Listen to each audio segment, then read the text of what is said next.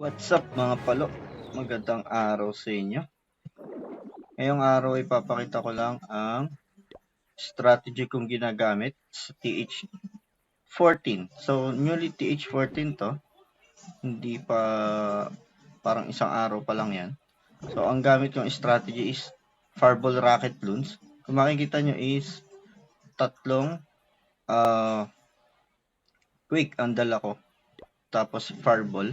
Fireball natin is agad yan ng pang 13, pang TH13. Hindi ko pa na-upgrade. Well, usually, tatlo talagang quick ang dala ko dahil nga hindi kaya i-take down ng dalawang quick ang level 5 ata. Okay, level 5 na Eagle sa Fireball test dalawang quick. Kaya ito yung troop ko na ginagamit. So, tara, bana tayo. Fireball Rocket Loons sa TH13.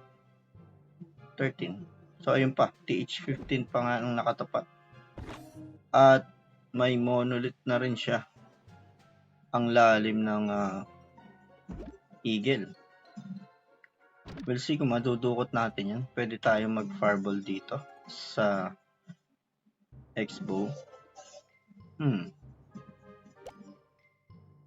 Snipe ko lang yung mga nasa labas na defense.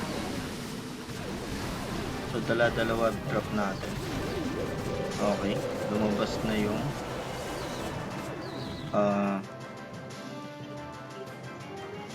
CC. So, 1, 2, 3. Ayun, doon pala sa ano pupunta. Yun. So, kuha natin. Loons, healers, then drop tayo ng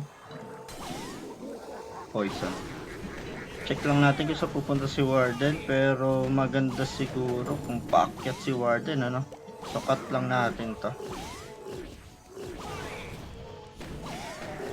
Pwede na tayong mag-wall break dyan. Counter funnel ko lang to. Tapos, switch barracks na ako dyan. Si Warden, kailangan bantayan natin yan. So, ice golem na ako, king queen. Then, wall break ulit. Drop tayo ng isang headhunter. Then, reach. Tago lang natin. Ayun, lumabas pa rin si King. Ang kulit. So, ang pangit ng naging ability ni Queen doon. Ay, ni King doon. Of course, yung ability niya. Queen's ability na ako.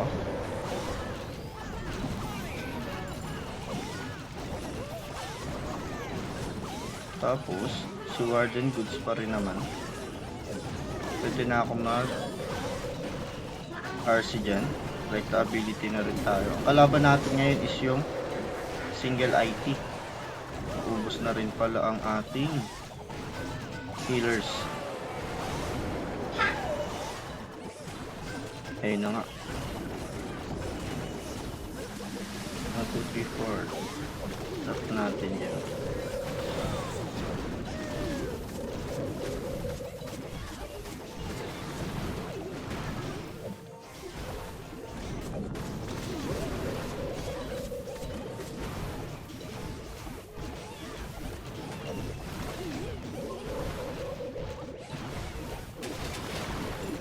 Mukhang kakayanin naman.